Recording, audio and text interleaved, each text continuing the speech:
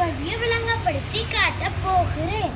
விறகு, விளக்கு, கல்வி, புதல்வி, குந்தி, பிரம்பு, திரும்பி ஆகிய 7 சொற்களையும் முதற் சொல்லின் இறுதி எழுத்து அடுத்த சொல்லின் முதல் எழுத்தாக வரக்கூடிய முறையில் ஒழுங்குபடுத்தி எழுதினால் 3ஆவதாகவும் 5ஆவதாகவும் வரும் சொற்களை எழுதுக என்று கேட்டிருக்கு. உதாரணத்துக்கு பாருங்க, ஃபர்ஸ்ட் விறகுண்டா கூடால முடிஞ்சா குந்தி அடுத்தது அப்படின்னு எழுதும். இதுல 3 சொல் சேர்ந்ததாகவும் 4 சொல் சேர்ந்ததாகவும் இருக்கு. அப்ப 3 சொல் சேர்ந்தது பாருங்க, கல்வி, விறகு, குந்தி. அப்ப நாங்கள் 3ஐயும் ஃபர்ஸ்ட் கல்வி எழுதுவோம்.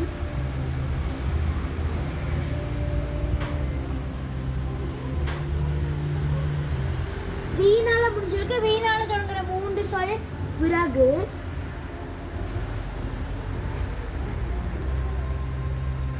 கூனால முடிஞ்சிருக்கு. கூனால தொடங்குறது குந்தி.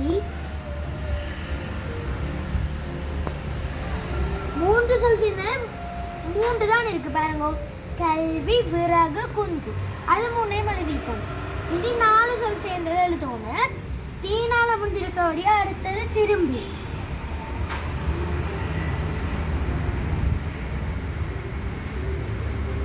பீனால முடிஞ்சிருக்கபடியா அடுத்த பிரம்பு. பூனால முடிஞ்சிருக்கபடியா அடுத்த புதல்வி.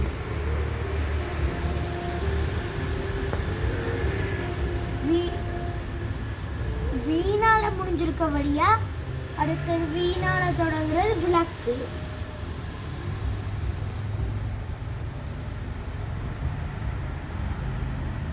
இல்ல 7 தந்திருக்காங்க, இதுல 7 இருக்கான்னு பார்ப்போம். 1 2 3 4 5 6 7 வந்துட்டு நம்மளே கேட்டது 3ஆவதாக வரும் அடுத்து 5ஆவதாக வரும் தான் கேட்டிருக்கு. இல்லை 3ஆவது பாருங்க, இது 1வது 2வது 3வது இல்லை இது அடுத்து 5ஆவது கேட்டிருக்கு. இது 4வது 5வது இது.